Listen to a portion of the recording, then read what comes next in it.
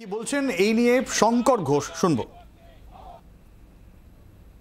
একদমই ভুল তথ্য। শোভনবাবু বাজারে যান না বলে সবজির দাম সঠিক বলেন। পেট্রোপণ্যের মূল্য বৃদ্ধির কারণে জিনিসপত্রের দাম বৃদ্ধি হলে পশ্চিমবঙ্গে যে দামে আলু পাওয়া যাচ্ছে, পশ্চিমবঙ্গে তো আলু হয়, অন্যান্য যে রাজ্যে আলু ফলন হয় সেখানে কেন পশ্চিমবঙ্গের থেকে দাম কম? রাজ্যের সরকারের ব্যর্থতা হচ্ছে যে দামে মানুষকে রাজ্যের সরকার দিতে পারত সেই দামে না দিয়ে বরঞ্চ তথাকথিত টাস্ক ফোর্স ইত্যাদি যারা ঘোরাঘুরি করেছে এরা আসলে বড় মজুতদার কালোবাজারি যারা করছে তাদেরকে সহযোগিতা করছে। কৃষকরা দাম পাচ্ছে না, অথচ জিনিসের দাম বৃদ্ধি পাচ্ছে।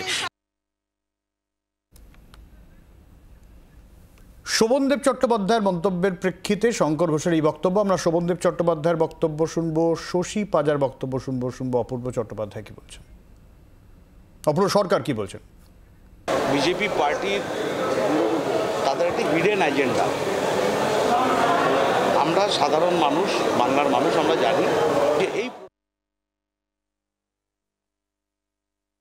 মূলত পেট্রোপণ্যের দাম কেন বাড়ে তো আপনারা বোঝেন যে অধিকাংশ জিনিস ট্রেনে আসে অথবা লরিতে আসে, তাদের দাম বাড়ছে বলে জিনিসের দাম বেড়ে যাচ্ছে। আজকে ধরুন সার আসছে, ট্রেনে আসছে, সেখান থেকে সেটা রেক পয়েন্ট থেকে যখন ডিলারের কাছে যাচ্ছে সেটা 20 মাইল, 25 মাইল, 50 মাইল দূরে। ন্যাচারালি জিনিসের দাম বেড়ে যাচ্ছে।